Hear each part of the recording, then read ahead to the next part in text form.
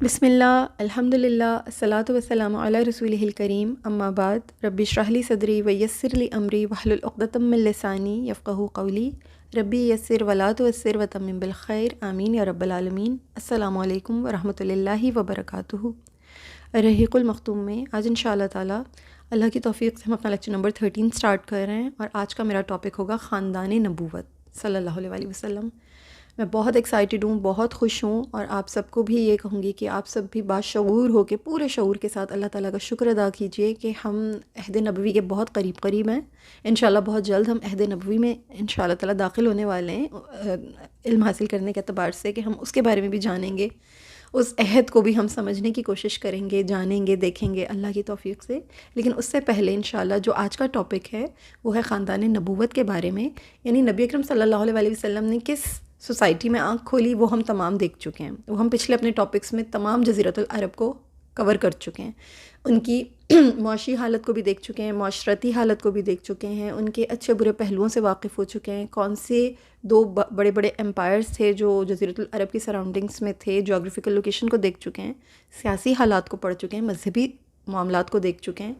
تو یہ سب کچھ جان لینے کے بعد الحمدللہ ہمیں یہ تو پتہ چل گیا کہ وہ علاقہ کون سا تھا، وہ جگہ کون سی تھی، ماحول کیسا تھا، ماحول ہمیں سمجھ میں آ گیا۔ اب جاننے کی کوشش کریں گے وہ خاندان کیسا ہے، وہ خاندان کے لوگ کیسے ہیں، وہ عظیم الشان نفوس کون سے ہیں، وہ پاکیزہ گودیں کون سی ہیں، وہ مائیں کون سی ہیں، وہ باپ کون سے ہیں جو رسول اللہ صلی اللہ علیہ وسلم کے خاندان میں، آپ صلی اللہ علیہ وسلم کے نسب مبارک میں چلتے چلے آ رہے ہیں، وہ تمام دادا، وہ تمام دادیاں، وہ تمام شخصیات، اور پھر یہ کہ ان سے آنے والے تمام جتنے بھی علیحدہ علیحدہ خاندان ہیں، جو کہ 10 بڑے خاندان ہیں۔ آپ صلی اللہ علیہ وسلم نے جب اس دنیا میں آنکھ کھولی ہے، آپ صلی اللہ علیہ وسلم جب اس دنیا میں تشریف لائے ہیں، تو کم سے کم عرب میں، یعنی جزیرۃ العرب میں، خصوصی طور پر مکہ میں 10 بڑے خاندان رہا کرتے تھے۔ 10 بڑے خاندان اپنی اپنی جگہ 10 سرداروں کے تھے، یعنی 10 سردار تھے، کم و بیش 12، کہیں 12 بتائے جاتے ہیں، کہیں 13 بتائے جاتے ہیں، یا گنتی آگے پیچھے ہو سکتی ہے، لیکن خصوصی طور پہ جن کی بہت زیادہ سینگز تھیں، جن کا بہت سکہ چلتا تھا، جن کی بہت زیادہ بات مانی جاتی تھی، جو بہت نمایاں حیثیت رکھتے تھے، وہ تقریباً 10 بڑے خاندان تھے۔ وہ میں آپ کے سامنے انشاءاللہ جن کو بھی ذکر کروں گی۔ پھر یہ کہ ان کی اولادیں، ان کی اولادوں سے نکلنے والی بڑی بڑی معزز شخصیات، ان میں سے کچھ ایسی شخصیات جنہوں نے نبی اکرم صلی اللہ علیہ وسلم کے جان نثار صحابہ کا مقام حاصل کیا، اور کچھ ایسے جنہوں نے نہایت سنگین مخالفت کی۔ تو وہ سب کچھ انشاءاللہ تعالیٰ آج ہم جاننے کی کوشش کریں گے۔ لیکن اس سے پہلے میں آپ سے ریکویسٹ کرتی ہوں کہ جو ہم نے نبی اکرم صلی اللہ علیہ وسلم کا پچھلے اپنے ٹاپکس میں نسب مبارک پڑھا تھا، اور اس میں ہم نے معاذ بن عدنان سے جو نبی اکرم صلی اللہ علیہ وسلم کی ایک نسبت کو پڑھا تھا، اس کو ہم ایک مرتبہ برکت کے لیے اور اس ٹاپک سے کیونکہ وہ ریلیونٹ ہے، تو بیسیکلی اپنی یاد دہانی کے لیے ایک دفعہ میرے ساتھ مل کے آپ لوگ ریوائز کر لیجئے۔ یہ ہمیں بہت کفایت کرے گا اس خاندان کو سمجھنے کے لیے۔ بسم اللہ الرحمن الرحیم۔ محمد مصطفیٰ صلی اللہ علیہ وسلم بن عبداللہ بن عبد المطلب بن ہاشم بن عبد مناف بن قصی بن کلاب بن مرہ بن کعب بن لوئی بن غالب بن فہر بن مالک بن نضر بن کنانہ بن خزیمہ بن مدرکہ بن الیاس بن مدر بن نزار بن معد بن عدنان۔ انہی عدنان کی وجہ سے نبی اکرم صلی اللہ علیہ وسلم عدنانی عرب بھی کہلاتے ہیں، اور یہ عدنان حضرت اسماعیل علیہ السلام کی اولاد سے ہیں۔ ہم نے پڑھے تھے کہ حضرت ابراہیم علیہ السلام کے بیٹے اسماعیل علیہ السلام، اور اسماعیل علیہ السلام کے بیٹے جو 12 بیٹے تھے ان کے، وہ تمام جو ہیں ان میں سے صرف 2 نام ایسے ہیں جو گمنامی سے بچ گئے، باقی تمام جتنے بھی ان کے بیٹے تھے وہ اتنی خاص نمایاں حیثیت نہیں حاصل کر سکے، اور وہ تاریخ میں اتنے زیادہ ان کے نام اور ان کے کردار محفوظ نہیں رہ سکے۔ صرف 2 بیٹے ہیں جو اس سے مستثنیٰ ہیں، وہ کون ہیں؟ نابت اور قیدار۔ نابت نبتیوں کی بنیاد رکھنے میں کامیاب ہوئے۔ نبتیوں کے بارے میں ہم نے کافی کچھ پڑھا ہے پچھلے اپنے لیکچرز میں، جو ہم سیاسی حالات پڑھ رہے تھے اور جغرافیکل مائگریشنز اور وہ ساری چیزیں ہم پڑھ رہے تھے، اس وقت ہم نے نبتیوں کے بارے میں کافی کچھ پڑھا۔ اس کے علاوہ ان کے بیٹے قیدار کی نسل سے ہیں یہ عدنان، یعنی قیدار کے بیٹے، پھر ان کے بیٹے، پھر ان کے بیٹے، اور پھر ان میں ایک بیٹے پیدا ہوئے جن کا نام عدنان ہے۔ تو عدنان تک بہت صحت کے ساتھ نبی اکرم صلی اللہ علیہ وسلم کا یہ جو نسب مبارک ہے یہ محفوظ ہے، مصدقہ ہے یہ معاذ بن عدنان تک آپ صلی اللہ علیہ وسلم کا نسب مبارک.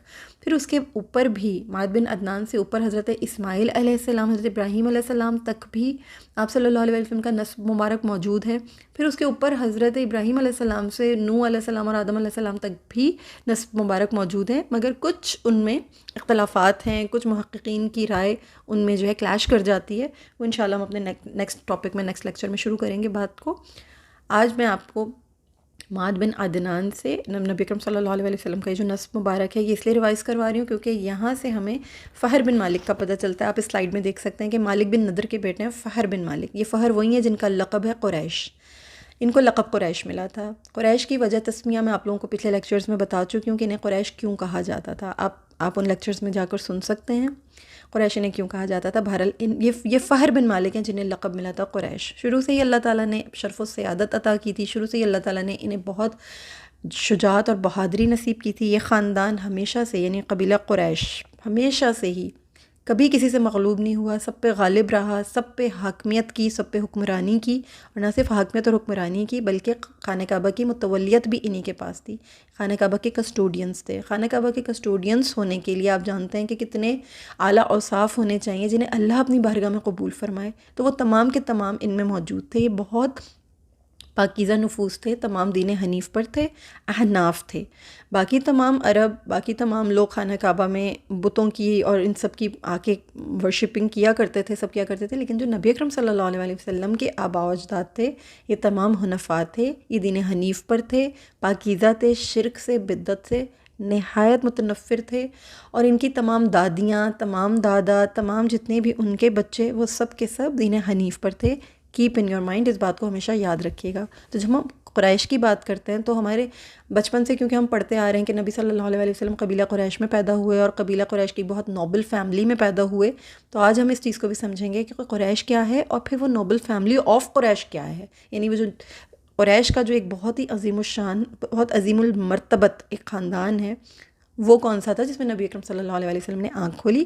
اور پھر وہ بنو ہاشم جو خاندان ہے، بنو ہاشم ہے جس میں نبی صلی اللہ علیہ وسلم نے آنکھ کھولی ہے. تو باقی کے خاندان کون سے ہیں؟ یعنی قریش کا کوئی ایک ہی خاندان نہیں، قریش کا تو اور بھی بڑے خاندان ہیں. جب رسول اللہ صلی اللہ علیہ وسلم اس دنیا میں تشریف لائے تو وہ آج اس ٹاپک میں انشاءاللہ ہم کور کریں گے. آئی ہوپ میں نے آپ کو پوری سین، پوری پکچر جو ہے آپ لوگوں کے سامنے پورا کلیئر کر دیا ہے. اب آتے ہیں ہم اپنے ٹاپک کو پراپرلی سٹارٹ کرنے کی طرف. تو نبی اکرم صلی اللہ علیہ وسلم کی چند احادیث میں نے آپ کے سامنے جو ہے یہاں پر رکھنی ہے. ان کو دیکھ کر، ان کو پڑھ کر آپ کو اندازہ ہوگا کہ آپ صلی اللہ علیہ وسلم اپنی اعلیٰ نسبی کے اوپر کس قدر فخر محسوس کیا کرتے تھے، خوش ہوا کرتے تھے. اور آپ صلی اللہ علیہ وسلم کا جو اعلیٰ نسب ہے، جو پاکیزہ نسب ہے، اس پر آپ صلی اللہ علیہ وسلم نے کتنا زور بھی دیا ہے.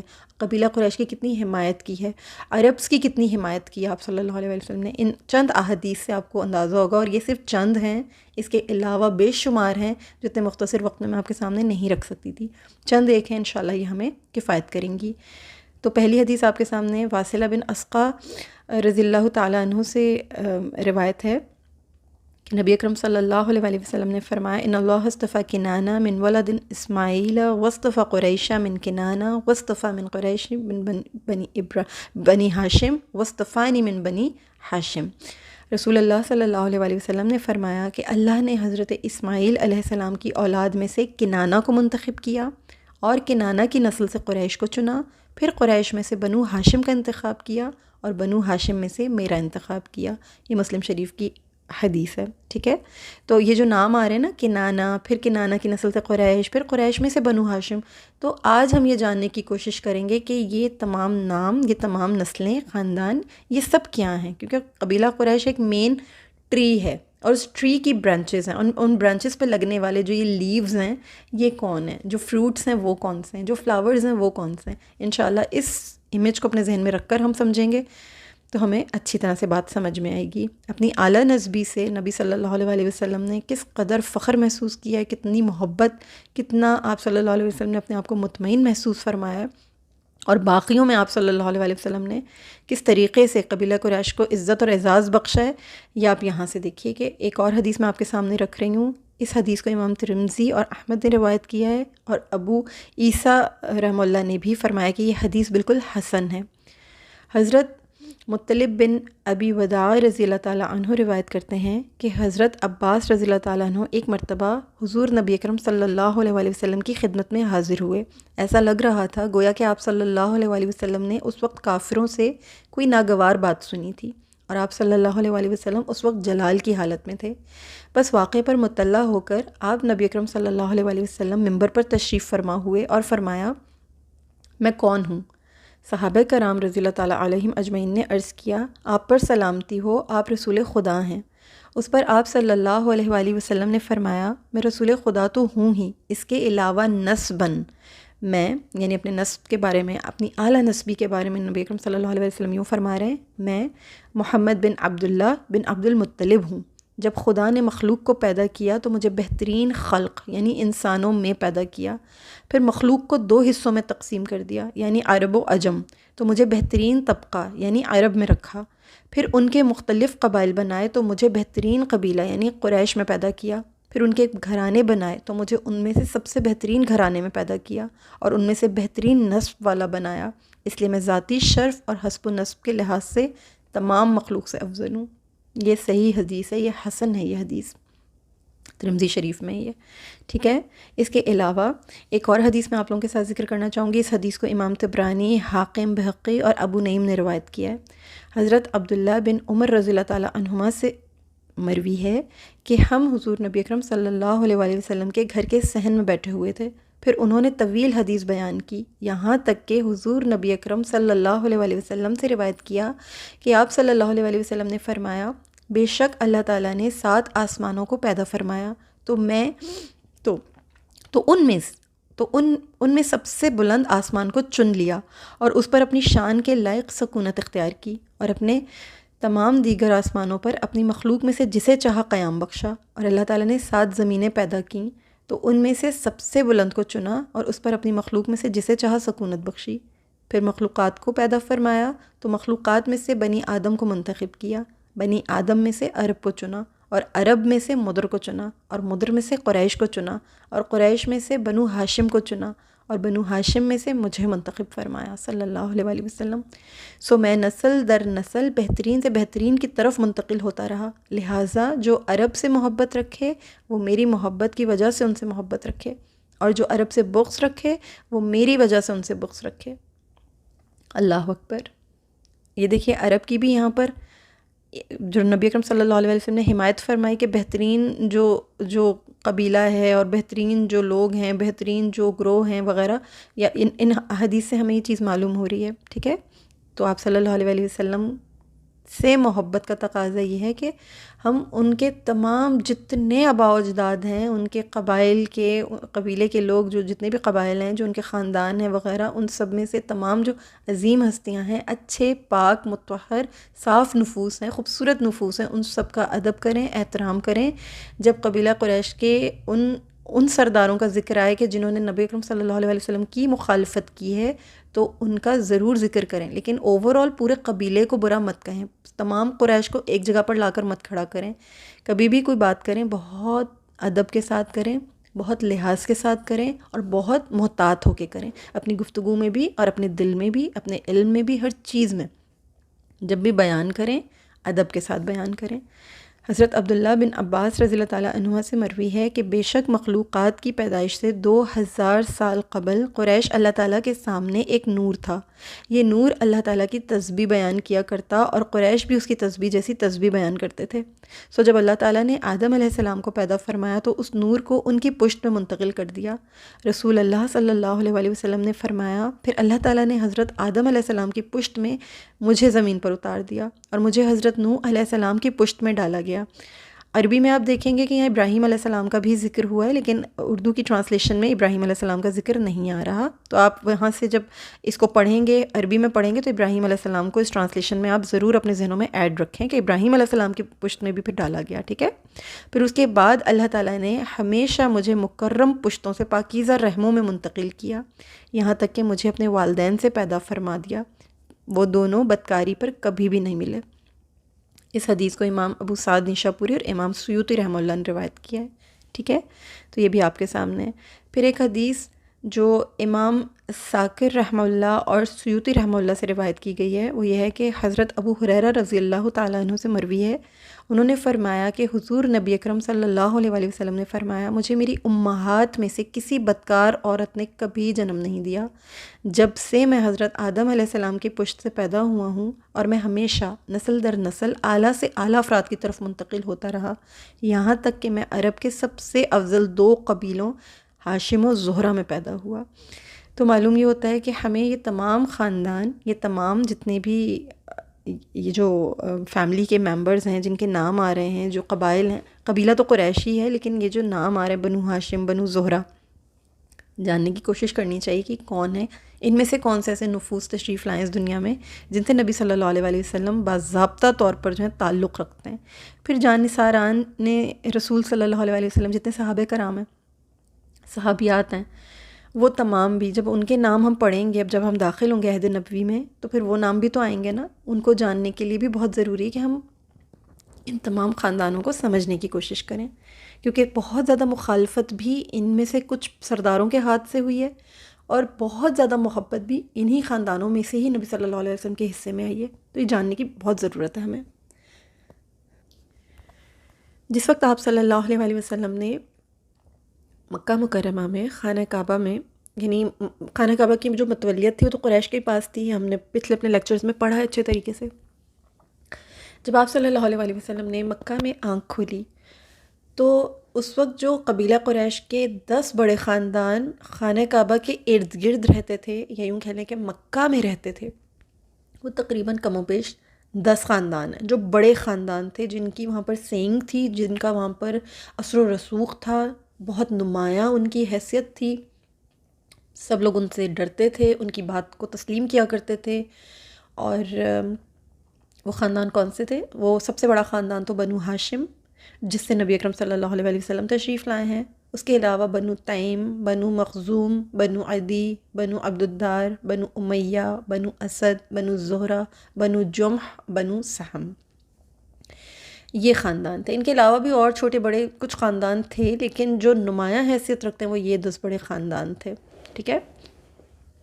ان خاندانوں میں سے ہمیں کئی ایک خاندان ہیں جو آج ہم انشاءاللہ تعالیٰ یہ پڑھیں گے، اور اس میں ہم سمجھنے کی کوشش کریں گے کہ کن خاندانوں کو کس طرح کی حیثیت حاصل تھی، کن خاندانوں میں سے کون سے افراد جو ہیں وہ نبی اکرم صلی اللہ علیہ وآلہ وسلم کی زندگی میں باضابطہ طور پر حمایت کی صورت میں داخل ہوئے یا مخالفت کی صورت میں داخل ہوئے، ٹھیک ہے۔ چلیے، قبیلہ قریش اور خاندان یعنی اس کی شاخیں، ہم جانتے ہیں فہر بن مالک جن کا لقب قریش ہے، یہ آپ صلی اللہ علیہ وسلم کے نسب مبارک میں ہم نے پڑھا ہے، ٹھیک ہے۔ ان کے بیٹے ہیں غالب، غالب کے 2 بھائی اور تھے، ایک تھے حارث، ایک تھے محارب۔ جو حارث ہے نا، ان سے بنو حارث کی بنیاد پڑی تھی، ایک خاندان بنا تھا، حارث کے بیٹے جتنے بھی تھے انہوں نے مطلب حارث نے خاندان کی بنیاد رکھی جو بنو حارث کے نام سے مشہور ہوا۔ بنو حارث میں ایک کردار جو ہمیں نمایاں محسوس نظر آتا ہے وہ ہے حضرت عبیدہ بن جراح رضی اللہ تعالیٰ عنہ، عشرہ مبشرہ میں ہیں، قبیلہ قریش سے ہیں، نبی صلی اللہ علیہ وسلم کے بہت جانثار صحابی ہیں، اور عشرہ مبشرہ میں ان کا نام موجود ہے، ٹھیک ہے۔ یہ حارث، بنو حارث سے ہیں، بہت قریبی نہیں ہے، تھوڑا سا اوپر سے ان کا جو ہے نبی صلی اللہ علیہ وسلم کے ساتھ شجرہ مل رہا ہے، یعنی یہ بیسیکلی فہر بن مالک کی اولادوں میں، ٹھیک ہے۔ یعنی فہر کے 3 بیٹے تھے، غالب، حارث اور محارب، تو یہ حارث جو ہیں یہ بنو حارث کی بنیاد رکھنے میں کامیاب ہوئے تھے، کیونکہ ہر خاندان میں جیسے کسی باپ کے اگر 6 بیٹے ہیں تو 6 کے 6 ایونلی سکسیسفل نہیں ہوتے، الا ماشاء اللہ بعض خاندانوں میں سارے بھائی بہت سکسیسفل ہو جاتے ہیں، لیکن بعض خاندانوں میں ایسا بھی ہوتا ہے کہ اللہ تعالیٰ نے 5 6 7 اولادیں عطا کی ہیں، بیٹیاں ہیں، بیٹے ہیں، تو ان میں سے کوئی ایک ہوتا ہے جس کو اللہ نے کچھ علیحدہ قسم کی کیرزمیٹک پرسنالٹی دی ہوتی ہے، جس کا ایک الگ ہی نمایاں قسم کا ہی کردار ہوتا ہے پورے خاندان میں بھی، یا اس کو ویسے ایک نمایاں حیثیت حاصل ہوتی ہے۔ تو کچھ اسی طرح کے معاملات یہاں پر بھی تھے، تو جو قبیلے میں سے جو ایک خاص قسم کی نمائندہ حیثیت جس بچے کو حاصل ہوتی تھی اس کے نام سے جو ہے خاندان کا نام پڑ جاتا تھا، ٹھیک ہے۔ تو یہ چیز ذہن میں رکھیے گا۔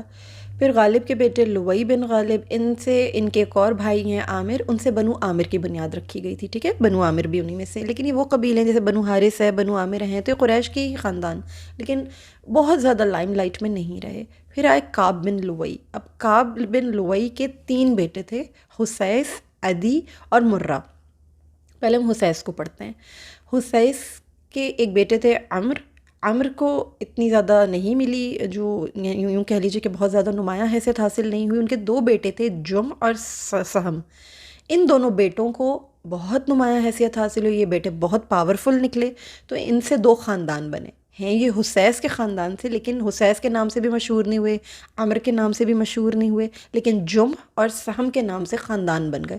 ایک خاندان کہلایا بنو جم، ایک خاندان کہلایا بنو سہم۔ ان کو قریش کی جو انشاءاللہ تعالیٰ اب آگے جا کے میں آپ لوگوں کو بتاؤں گی، قصی نے جس وقت، آپ جانتے ہیں قصی بن کلاب نے جس وقت اپنے تمام قبیلہ قریش کو اکٹھا کیا تھا، یاد ہے آپ کو؟ قصی نے اوورٹیک کیا تھا، خانہ کعبہ کی متولیت لے لی تھی بنو خزاعہ سے۔ بنو خزاعہ میں کی سردار کی بیٹی سے شادی کی تھی، خلیل نام تھا اس سردار کا، اس کی بیٹی سے شادی کر لی تھی حبی سے، اور پھر وہاں کی متولیت حاصل کر لی تھی قصی نے۔ تو قصی نے ایک اور کیا کارنامہ کیا تھا کہ تمام قبیلہ قریش کے جتنے خاندان تھے ان سب کو لا کے مکہ میں آباد کیا تھا، اور ان کے درمیان میں منصب کو جو ہے بانٹا تھا۔ کچھ منصبات کچھ اپنے پاس رکھے تھے، کچھ خاص جو پوزیشنز تھیں وہ اپنے پاس رکھی تھیں، ایک دارالندوہ قائم کیا تھا، اور باقی جتنے قبیلے کے جتنے بڑے بڑے خاندان تھے ان سب کو الگ الگ ان کی اتھارٹیز بانٹی تھیں کہ آپ کے پاس یہ اتھارٹی ہوگی، آپ کے پاس یہ اتھارٹی ہوگی۔ یہ ہم نے پڑھا تھا پچھلے لیکچرز میں، آج بھی انشاءاللہ تعالیٰ میں آپ لوگوں کو ڈیٹیل میں دوبارہ وہ بتاؤں گی، کیونکہ یہ بات یہاں اس وقت بتانی بھی انشاءاللہ ضروری ہے۔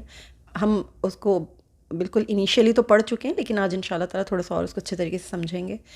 تو یہ جو بنو جمح اور بنو سہم ہیں، یہ بیسیکلی کعب بن لوئی کی اولاد ہیں، جو 3 بیٹے ہیں، حسیس، عدی اور مرہ۔ ان سے حسیس بھی کامیاب نہیں ہوئے، عمر بھی کامیاب نہیں ہوئے، جم اور سہم، بنو جم اور بنو سہم کی بنیاد رکھنے میں کامیاب ہوئے۔ ان سے جو بنو جم ہیں ان کے بیٹے تھے وہب کا بیٹا تھا خلف کا بیٹا امیہ بن خلف، اور یہ امیہ بن خلف وہی امیہ بن خلف ہے جو حضرت بلال رضی اللہ تعالیٰ عنہ کا کون تھا؟ ماسٹر۔ حضرت بلال رضی اللہ تعالیٰ عنہ اس امیہ بن خلف کے غلام تھے۔ یہ تھا جو ان کے سینے پہ پتھر رکھا کرتا تھا اور انہیں کئی دن تک بھوکا رکھا کرتا تھا اور بے انتہا ظلم کیا کرتا تھا۔ پھر امیہ بن خلف کے بیٹے صفوان بن امیہ رضی اللہ تعالیٰ عنہ، جو کہ شروع میں تو بہت زیادہ نبی صلی اللہ علیہ وسلم کی مخالفت کیا کرتے تھے، مکہ کے بہت بڑے جو تھے، یہ اسلحے کے، ان کے پاس بہت اسلحہ ہوتا تھا، تلواریں اور خنجر اور نیزے اور زرہیں اور یہ سب کچھ، یہ بہت بڑے تاجر تھے یہ صفوان بن امیہ رضی اللہ تعالیٰ عنہ مکہ میں۔ پھر یہ کہ شروع میں انہوں نے بہت مخالفت کی نبی صلی اللہ علیہ وسلم کی، لیکن جب ایمان لے آئے غزوہ حنین کے ٹائم پر بھی آپ صلی اللہ علیہ وسلم نے جو ہے ان سے اسلحے کی شدید ضرورت کا اظہار کیا تھا۔ تو یہ کزن بھی تھے ظاہر نبی صلی اللہ علیہ وسلم کے، بھائی تھے، رشتے میں مطلب خاندان سے تھے، تو یہ انہوں نے مخالفت کے باوجود بھی نبی صلی اللہ علیہ وسلم کو غزوہ حنین میں اسلحہ فراہم کیا تھا۔ پھر انہوں نے بہت بعد میں جا کر جب فتح مکہ ہو گئی، پھر انہوں نے اسلام قبول کیا تھا، اور بہت شرمندہ تھے رسول اللہ صلی اللہ علیہ وسلم سے، کیونکہ غزوہ بدر میں بھی انہوں نے خوب مخالفت کی تھی، اسلحہ فراہم کیا تھا کفار کو، اور غزوہ احد میں بھی، اور بہت ساری جنگوں میں، بہت ساری غزوات میں انہوں نے خوب مخالفت کھل کے کی تھی۔ لیکن بعد میں جب یہ ایمان لائے تو بہت جانثار صحابی رسول صلی اللہ علیہ وسلم رہے، بہت ہی محبت کی انہوں نے پھر نبی صلی اللہ علیہ وسلم سے، اور بڑے پختہ رہے پھر ایمان پر۔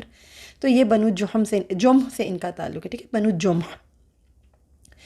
پھر سہم سے بنو سہم بنے، تو بنو سہم کے بیٹے مطلب سہم کا بیٹا معبد کا ہاشم، پھر وائل، پھر آس، اور آس کا جو آس کے جو بیٹے ہیں وہ ہیں حضرت عمر بن عاص رضی اللہ تعالیٰ عنہ، جو عشرہ مبشرہ میں بھی ہیں۔ ہم نے 2 عشرہ مبشرہ کو پڑھا، ایک ہم نے پیچھے پڑھا کن کو؟ حضرت عبیدہ ابن جراح رضی اللہ تعالیٰ عنہ کو، یہ عشرہ مبشرہ میں ہیں، اور ایک ہم نے پڑھا حضرت عمر بن عاص رضی اللہ تعالیٰ عنہ، یہ بنو سہم سے ہیں، ٹھیک ہے۔ اور یہ جو بنو سہم ہے نا، یہ بنو سہم انشاءاللہ بھی میں بتاؤں گی آپ کو کہ ان کے حصے میں مکہ کے کون سے، یعنی جو عرب کے کون سے معاملات تھے، خاص طور پہ جو خانہ کعبہ سے ریلیٹڈ اور مکہ سے ریلیٹڈ جو ان کے پاس جو اتھارٹی تھی وہ کون سی تھی۔ تو ان کو ذہن میں رکھنا کہ بنو سہم کے پاس بھی اتھارٹی ہے اور بنو جم کے پاس بھی اتھارٹی ہے۔ بنو سہم کو نظام مالیات وغیرہ اور وہ ساری چیزیں ملی تھیں، اور بنو جم کو فالگیری اور وہ ساری چیزیں ملی تھیں۔ تو انشاءاللہ بھی میں آپ کے سامنے وہ سلائڈس لاؤں گی تو آپ کو اور کلیئر ہو جائے گا، ٹھیک ہے۔ اچھا، حسیس کے بارے میں ہم نے پڑھ لیا، حسیس کے 2 بچے جم اور سہم، بنو سہم اور بنو جم کی بنیاد رکھنے میں کامیاب ہوئے۔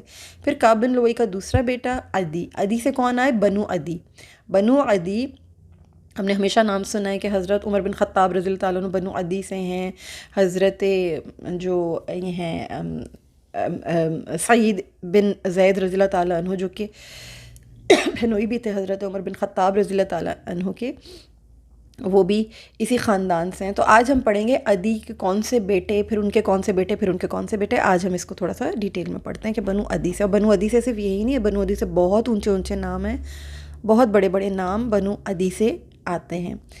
بنو عدی سے ہم دیکھنے کی کوشش کرتے ہیں کہ عدی خود کعب بن لؤی کے بیٹے تھے، اور جیسے حسیس کو تو خود سے اٹ سیلف ان کو پاور نہیں ملی، ان کا بہت نام نہیں، ان کے بیٹے عمر کو بھی اتنی ویلیو نہیں ملی، اتنا وہ پاورفل نہیں نکلا، لیکن دو بیٹے جم اور سہم نکلے۔ عدی کا کیا تھا کہ عدی اٹ سیلف بہت پاورفل تھے، یہ بہت پاور تھی ان کی، بہت ان کا نام تھا، تو یہ ایک خاندان، بڑا خاندان بنانے میں کامیاب ہو گئے، ٹھیک ہے۔ بنو عدی کا ایک بہت بڑا خاندان بن گیا۔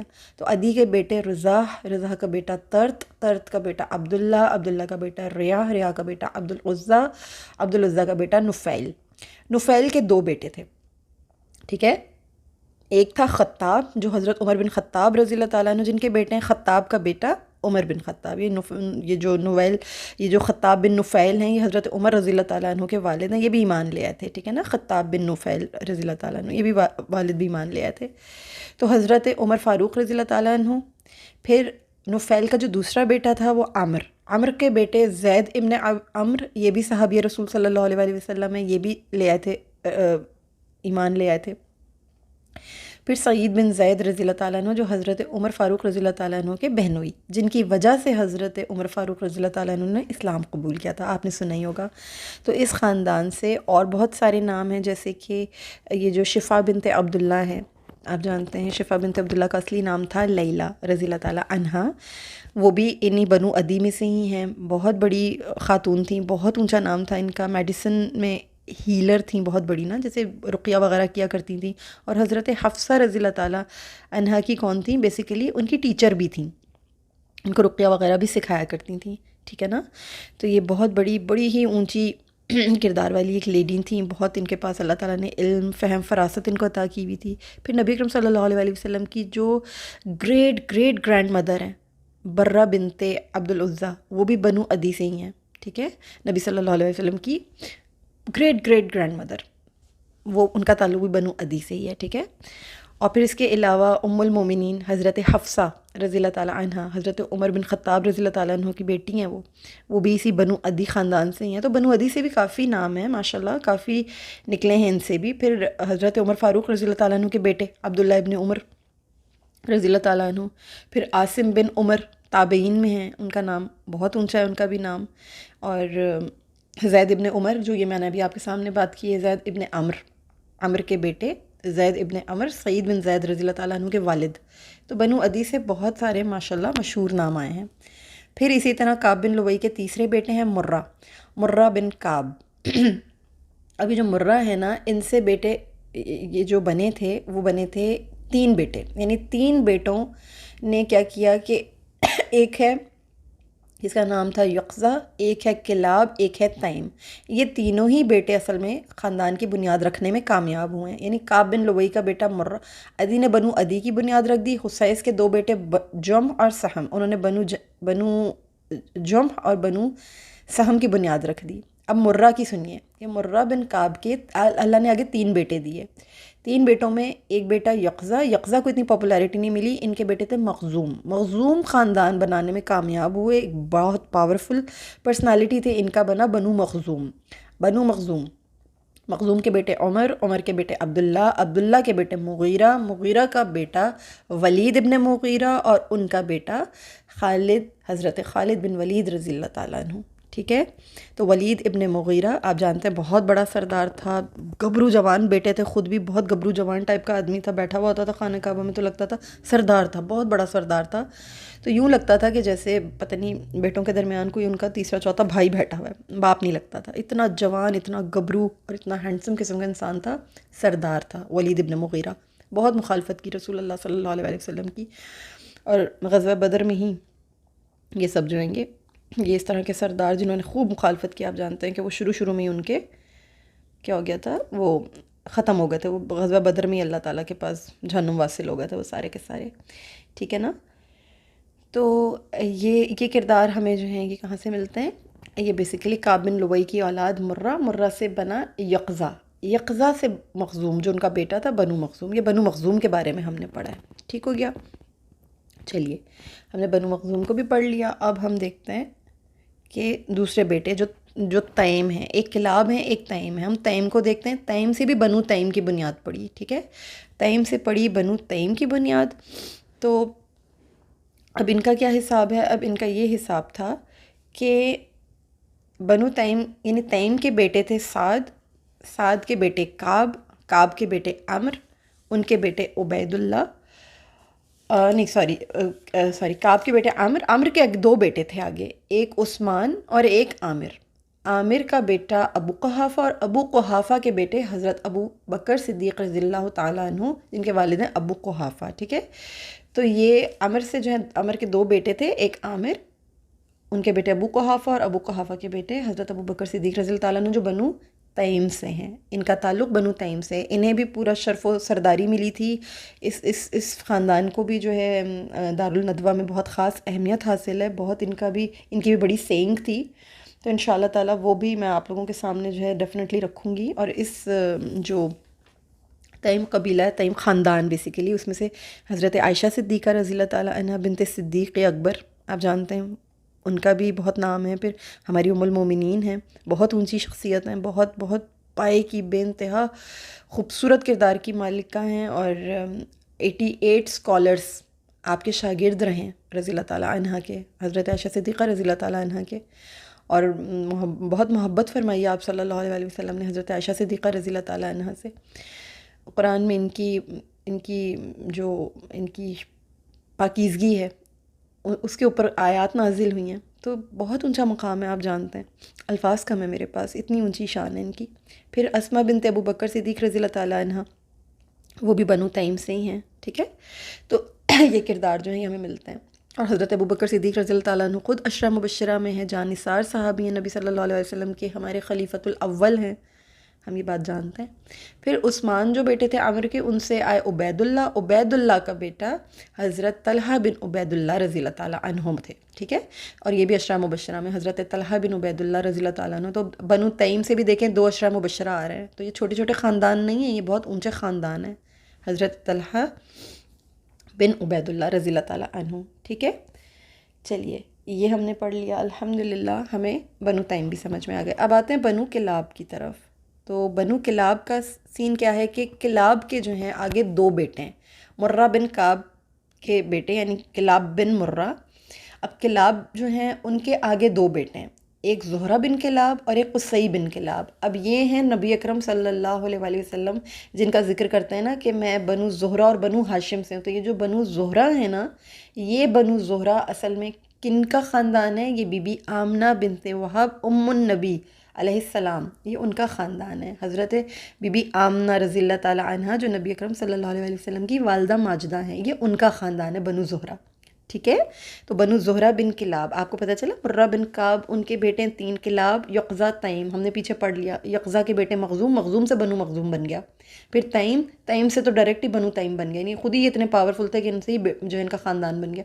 اب کلاب کے 2 بیٹے تھے جو بہت پاورفل ہوئے، ایک زہرہ بن کلاب جو ایک خاندان بنانے میں کامیاب ہوئے، اور دوسرے ہیں قصی بن کلاب. قصی کو ہم آگے کی سلائیڈ میں دیکھتے ہیں، زہرہ بن کلاب کے بارے میں جانتے ہیں.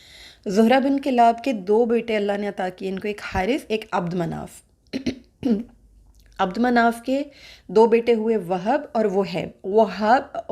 وہب کے جو آگے جو اولاد ہوئیں وہ ہوئیں بی بی آمنہ بنت وہب ام النبی علیہ السلام. ٹھیک ہے، یہ وہب کی جو ہیں بیٹی ہیں. اور وہیب ان سے ابی وقاص، اور ابی وقاص کے جو صاحبزادے تھے وہ سعد بن ابی وقاص. ٹھیک ہے، وہیب سے ابی وقاص، ان کے والد کا جو لقب تھا وہ ابی وقاص تھا، اور پھر ان کے بیٹے سعد بن ابی وقاص رضی اللہ تعالیٰ عنہ. تو یہ بھی عشرہ مبشرہ میں، اور اسی نسبت سے نبی اکرم صلی اللہ علیہ وسلم حضرت سعد بن ابی وقاص کو کیا کہا کرتے تھے؟ اپنا ماموں کہا کرتے تھے.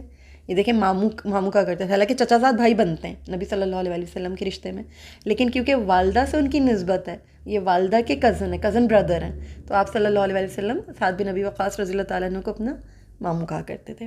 ٹھیک ہو گیا. پھر زہرہ بن کلاب کے ایک اور بیٹے حارث کے بیٹے عبد کے بیٹے عبد آف عبد عوف کے بیٹے عوف، اور پھر ان کے بیٹے حضرت عبد الرحمن بن عوف رضی اللہ تعالیٰ عنہ، یہ بھی عشرہ مبشرہ میں، سبحان اللہ العظیم۔ تو یہ کتنی بڑی بڑی ہستیاں انہی قریش کے بڑے بڑے خاندانوں سے آ رہی ہیں، تو یہ چھوٹے گھرانے، چھوٹے خاندان نہیں ہیں، سلامتی ان سب پر، ٹھیک ہے۔ چلیے اب ہم پڑھتے ہیں، دیکھتے ہیں قصی بن کلاب کے بارے میں، ٹھیک ہو گیا۔ اچھا جی، اب وہی مرہ بن کعب کے 3 بیٹے، کلاب، یقظہ، تیم، ہم پیچھے پڑھائے ہیں، ٹھیک ہے۔ یقظہ سے بنو مخزوم بن گئے، تیم سے بنو تیم بن گئے، کلاب، اب کلاب سے ایک ہم نے زہرہ بن کلاب دیکھ لیے، زہرہ بن کلاب کو ہم نے سمجھ لیا، اب قصی بن کلاب کو دیکھنا ہے۔ یہ وہی قصی ہیں جنہوں نے مکہ کی کسٹڈی حاصل کی تھی اور تمام قبیلے کے جتنے خاندان تھے ان سب کو ایک جگہ لا کے جمع کیا تھا، آباد کیا تھا، دور دراز کے علاقوں سے بھی لا کے جمع کیا تھا اور مکہ میں لا کے آباد کیا تھا۔ اب ان قصی کے بارے میں دیکھیں، ان قصی کے 3 بیٹے تھے، ایک تھے عبد مناف، ایک عبد العزیٰ، ایک عبد الدار۔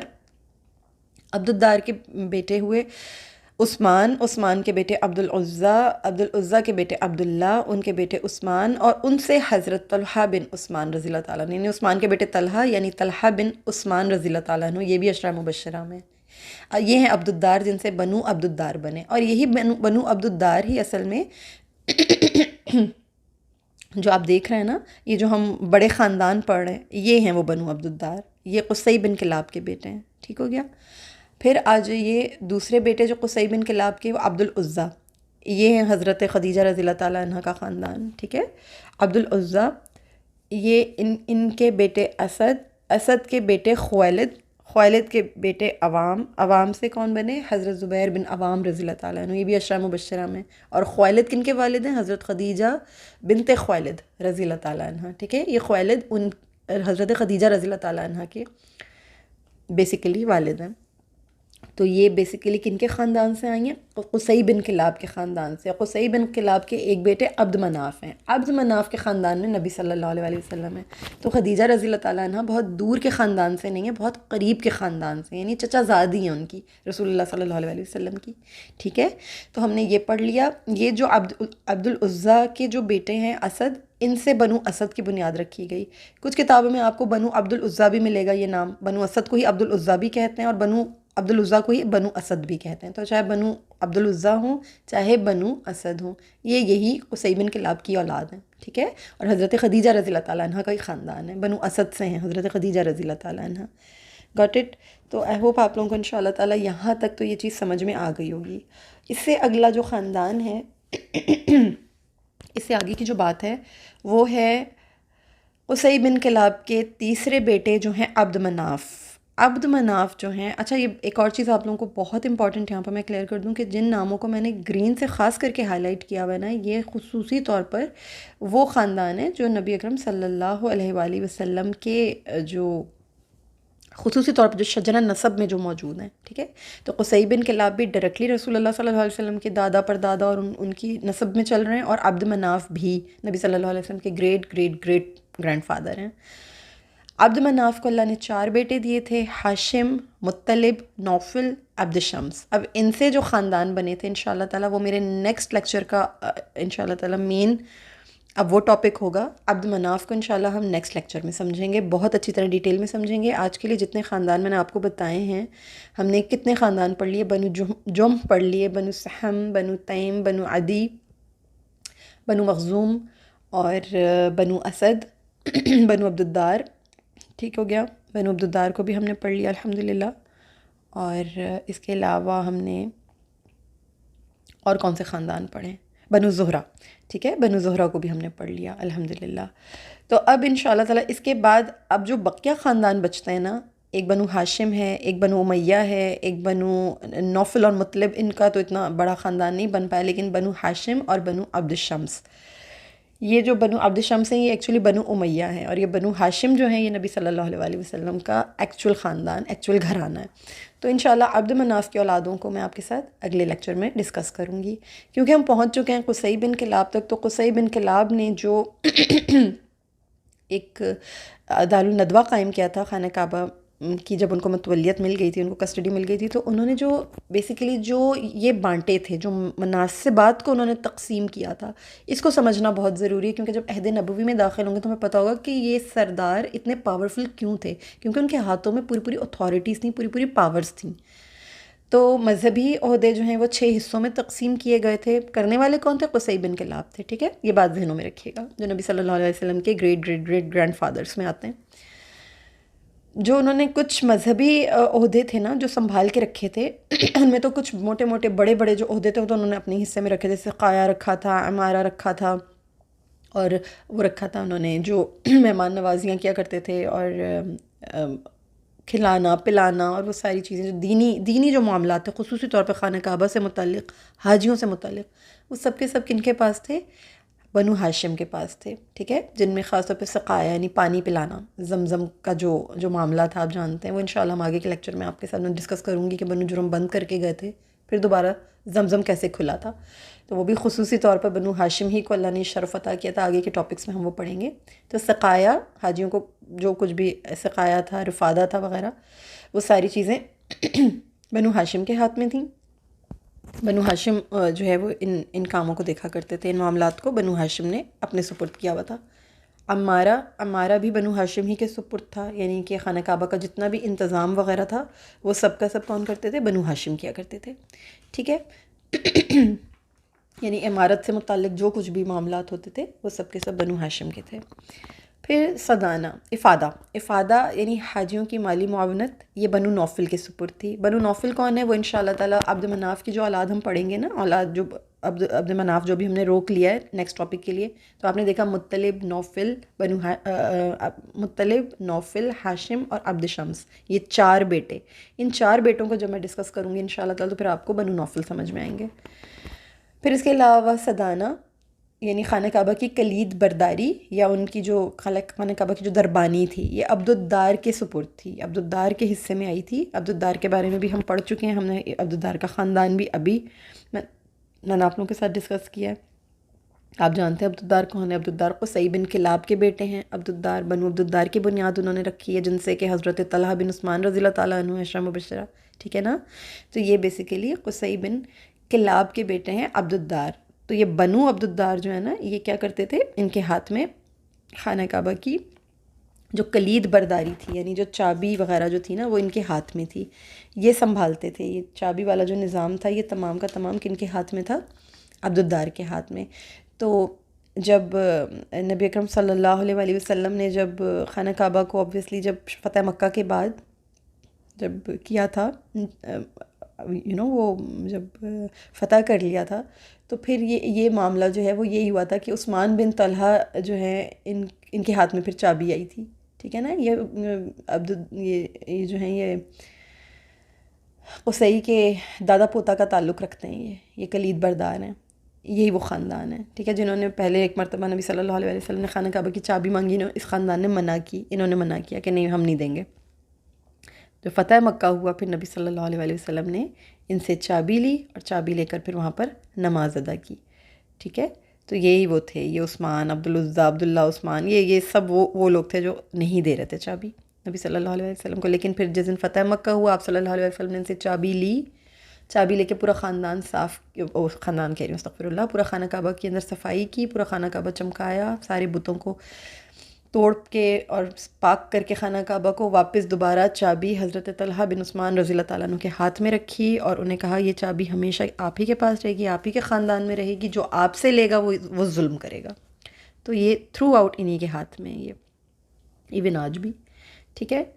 ایثار، فالگیری اور قسمت دریافت کرنے کے جو تیر بتوں کے پاس رکھنے کا منصب تھا نا، وہ بنو جم کے پاس تھا۔ بنو جم کیا کرتے تھے؟ آپ جانتے ہیں اس چیز کو بھی اچھے طریقے سے، کہ یہ لوگ جو بھی قسمت کے تیر ہوتے تھے، اور جس طرح ہم استخارہ کرتے ہیں کوئی بھی بڑا کام کرنے سے پہلے، کوئی بھی اس قسم کی ہماری جیسے کوئی بڑی مہم ہو یا کچھ اس طرح کی چیز ہو، تو اس میں جو بھی یہ فال کے جو ان کے جو مقدس تیر ہوا کرتے تھے، وہ بتوں کے پاس رکھا کرتے تھے، پھر اس کو ہلاتے تھے، اور پھر جس طرح ایک پوری وہ ہوتی بیلٹنگ ہوتی، وہ کیا کرتے تھے۔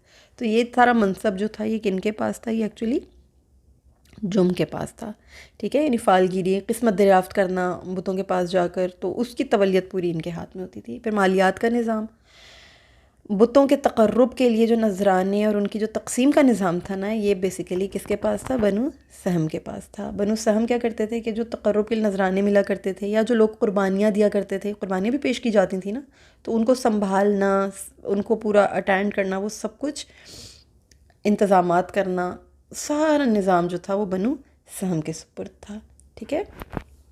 اور بنو سہم کو ایک اور بھی منصب جو ہے حاصل تھا، وہ منصب کیا تھا؟ وہ حکومہ، یعنی عدالتی نظام میں بھی 4 حصوں میں تقسیم کیا گیا تھا ان کو۔ عدالتی نظام کی جو تقسیمیں کی گئی تھیں نا دارالندوہ میں بیٹھ کے، جو قصی نے جو ان کو دیے تھے، اس میں ایک اور ان کو عہدہ ملا تھا بنو سہم کو، وہ کیا تھا؟ حکومہ، یعنی کوئی جھگڑے ہوں گے، کوئی مقدمات ہوں گے وغیرہ، تو پھر یہ بنو سہم جو ہے ان کے فیصلے کروایا کریں گے۔ تو بنو جھگڑے، مقدمات کا فیصلہ اور یہ ساری چیزیں، یہ تمام بھی کس کے حصے میں آئی تھیں؟ بنو سہم۔ تو بنو سہم کے ہاتھ میں کون کون سی دو چیزیں آ گئی تھیں؟ بنو سہم 2 چیزوں کا ذمہ لیے ہوئے تھے۔ ایک تو یہ جو فالگیری والا کام تھا، یعنی تیروں کی جو حفاظت تھی وہ سب کچھ کرنا ان کا کام تھا، نذرانے اور قربانیوں کی جو جتنی بھی ہوتی تھیں وہ سب کچھ سنبھالنا، اور ایک حکومہ، ٹھیک ہے۔ تو یہ کام جو تھے، حکومتی مقدمات وغیرہ کا فیصلہ، یہ بھی ان کے پاس تھا۔ پھر اشناق، یعنی خون بہا، جرمانہ، مالی تاوان کا انتظام، یہ بنو تیم کا ذمہ تھا۔ بنو تیم کن کا خاندان ہے؟ حضرت ابوبکر صدیق رضی اللہ تعالیٰ عنہ کا خاندان ہے، ٹھیک ہے۔ تو یہ تمام کن کے ذمے تھی اشناق کی ذمہ داری؟ بنو تیم کے پاس تھی، ٹھیک ہے نا۔ تو ایک ایک خاندان بھی اگر آپ یاد رکھیں گے نا، تو یعنی ایک ایک ہستی، ایک ایک پرسنالٹی کو بھی اگر آپ ذہنوں میں رکھیں گے تو خاندان آپ کو مشکل نہیں لگیں گے سمجھنا۔ پھر شورا کیا تھا کہ جتنے بھی امور مہمہ ہوتے تھے اس میں مشورہ لینا، اس میں کسی قسم کی بھی کوئی رد و بدل کرنی ہے، کچھ کرنی ہے بھائی، کہ اب کوئی کام کرنا ہے، کسی کے ساتھ جنگ کرنی ہے، یا کوئی حملہ آور ہو رہا ہے، یہ سب کچھ، تو یہ معاملات ایک پوری شورا بنائی گئی تھی، پوری کمیٹی تشکیل دی جاتی تھی، سب کو بلایا جاتا تھا، سب کو بٹھایا جاتا تھا کہ بھائی جمع ہو کے آ جاؤ سارے، اور یہ مشورہ کرنا ہے اس چیز کے اوپر۔ تو یہ کام کون کرتا تھا؟ یہ بنو اسد کرتے تھے، بنو اسد کا یہ کام ہوا کرتا تھا، یعنی بنو عبدالعزیٰ یا بنو اسد، ان کا کام تھا یہ، گاٹ اٹ۔ تو یہ جو ہے یہ شورا بنو اسد کا کام تھا۔ اور بنو اسد ہم نے پڑھا کہ بنو اسد میں سے کون آئی ہیں؟ حضرت خدیجہ رضی اللہ تعالیٰ عنہ اور حضرت زبیر بن عوام رضی اللہ تعالیٰ عنہ، یہ بنو اسد سے ہیں، یہ 2 بڑی ہستیاں۔ اگر آپ ایک ایک دو کو بھی دماغ میں رکھیں گے تو انشاءاللہ تعالیٰ آپ کو یہ چیزیں یاد رہیں گی۔ پھر دارالندوہ کا جو عدالت خانہ اور مشورہ گاہ تھی نا، یہ انتظام اب بنو عبدالدار کے ہاتھ میں تھا، یہ بنو عبدالدار کے ہاتھ میں پوری کی پوری کسٹڈی تھی، ٹھیک ہو گیا۔ پھر جنگی معاملات کے 4 عہدے تھے، وہ کس طرح سے تقسیم ہوئے تھے؟ عقاب یہ قومی نشان تھا، قومی نشان کی علمبرداری بنو امیہ کے ہاتھ میں تھی، ٹھیک ہے۔ بنو امیہ کو انشاءاللہ تعالی ہم نے ابھی نہیں پڑھا، کیونکہ بنو امیہ جو ہیں بیسیکلی، امیہ جو ہے یہ عبد شمس کی اولادوں میں آتا ہے، یہ جو بندہ ہے، یہ جو سردار ہے، یہ آتا ہے عبد الشمس کی اولادوں میں۔ تو اس کو انشاءاللہ تعالی ہم ابھی جب عبد مناف کے بارے میں پڑھیں گے تو پھر انشاءاللہ ان کے جب بچے پڑھیں گے، ان کے خاندان پڑھیں گے، تو پھر اس میں آپ کے ساتھ انشاءاللہ یہ بنو امیہ کو بھی ڈسکس کروں گی، ٹھیک ہے۔ بہت پاورفل خاندان تھا، بہت ہی جنگجو ان میں پیدا ہوئے ہیں، بہت ہی بڑے بڑے ان کے اندر جو ہیں سردار پیدا ہوئے ہیں، یہ شیبہ، عتبہ اور یہ سب، انہوں نے جو ہے ان کو، نبی صلی اللہ علیہ وسلم کو بہت اذیتیں دی ہیں، ٹھیک ہے نا۔ بنو امیہ سے ہی آئے ہیں یہ۔ پھر بنو امیہ سے اور بہت بڑی بڑی ہستیاں آئی ہیں، وہ بھی انشاءاللہ تعالی جب ہم بنو امیہ پڑھیں گے تو پھر میں آپ کو بتاؤں گی عبد شمس میں سے اور کون بڑے بڑے سردار آئے ہیں، جیسے کہ حضرت ابو سفیان رضی اللہ تعالیٰ عنہ ان میں سے تشریف لائے ہیں، حضرت عثمان غنی رضی اللہ تعالیٰ عنہ ان میں سے تشریف لائے ہیں، بہت بڑی بڑی ہستیاں بھی ان میں سے آئی ہیں، ٹھیک ہے نا۔ تو یہ عبد شمس کی اولاد جب ہم پڑھیں گے تو پھر ہمیں پتہ چلے گا۔ پھر اور جنگی معاملات میں ایک اور رینک تھا، وہ تھا قبہ، فوجی کیمپوں کا انتظام، یہ بنو مخزوم کے ذمہ تھا۔ یہ بنو مخزوم کون ہے؟ یہ حضرت خالد بن ولید رضی اللہ تعالیٰ عنہ، یہ بنو مخزوم ہی ہے جن میں سے ابو جہل بھی تھا۔ یہ لوگ نا، یہ بہت فائٹر ٹائپ کے لوگ تھے، ولید بن مغیرہ، یہ بہت بڑے بڑے نام آپ کو پتہ ہے، بڑے فائٹر ٹائپ کے لوگ تھے، یہ خاندان ہی بہت فائٹنگ میں اور لیڈرشپ میں، یعنی جو جنگی جو معاملات ہوتے تھے نا، ان میں ان کے اندر ایک خاص قسم کی خوبیاں، خاص قسم کے سکلز تھے۔ تو یہ قبہ کا نظام جو ہے یہ بنو مخزوم کو دیا گیا تھا، ٹھیک ہے۔ بڑے جنگجو ٹائپ کے لوگ تھے یہ۔ پھر آئینہ جو ہے یہ شاہ سواروں اور جو سپہ سالاروں کی قیادت تھی نا، یہ بھی بنو مخزوم کا منصب تھا، وہی، کیونکہ ظاہر سی بات ہے یہ فوجی محاذوں کے اوپر رہنا، سپہ سالاری کرنا، یہ سب کچھ بنو مخزوم کا بہت خاص ایٹریبیوٹ تھا۔ پھر سفارت، جس کو سفارہ بھی کہا جاتا ہے، یہ بنو عدی کا منصب تھا۔ ٹھیک ہے، سفارہ بنو عدی کے ذمے تھا۔ اب بنو عدی آپ جانتے ہیں حضرت عمر فاروق رضی اللہ تعالیٰ عنہ کا خاندان ہے بنو عدی، تو یہ سفارت وغیرہ یعنی باہر کے جتنے لوگوں کے ساتھ جو تعلقات اور معاملات تھے، سفارت کے جتنے بھی معاملات ہوتے تھے وہ یہ بنو عدی کا منصب تھا، یہ سنبھالتے تھے۔ تو یہ سب چیزیں سمجھنے کے بعد آئی ہوپ، میں اللہ سے امید کرتی ہوں کہ اب آپ کو یہ خاندان سمجھ میں آ گئے ہیں، آپ کو یہ کردار سمجھ میں آ گئے ہیں، آپ ان کو اچھی طرح سے مزید ذہنوں میں بٹھائیے۔ یہ 10 خاندان جو بڑے خاندان ہیں قبیلہ قریش کے، یہ نبی اکرم صلی اللہ علیہ وآلہ وسلم کی آگے جو عہد نبوی ہم سٹارٹ کریں گے، جو مکاوی زندگی ہے، ایون جو مدنی زندگی ہے، جو غزوات ہیں، ان میں بہت اہمیت کے حامل ہیں۔ یہیں سے بھرپور مخالفت ملی اور یہیں سے بھرپور حمایت بھی ملی ہے، انہیں جاننا بہت ضروری ہے۔ نیکسٹ لیکچر میں انشاءاللہ تعالی ہم بنو ہاشم سے بات کو شروع کریں گے۔ ہم دوسرے مرحلے میں داخل ہو چکے ہیں۔ اللہ تعالیٰ سے دعا ہے کہ جتنا بھی سیکھا ہے سمجھا، اللہ اس کو اپنی بارگاہ عالی شان میں قبول فرمائے۔ کوئی شارٹ کمنگ ہو، کوئی غلطی ہو، میرا اللہ اس سے درگزر فرمائے۔ ہم اسے عبادت کے ذوق سے پڑھ رہے ہیں، اللہ اس ٹوٹی پھوٹی کوشش کو اپنی بارگاہ میں شرف قبول عطا فرمائے۔ آمین یا رب العالمین۔ السلام علیکم ورحمۃ اللہ وبرکاتہ۔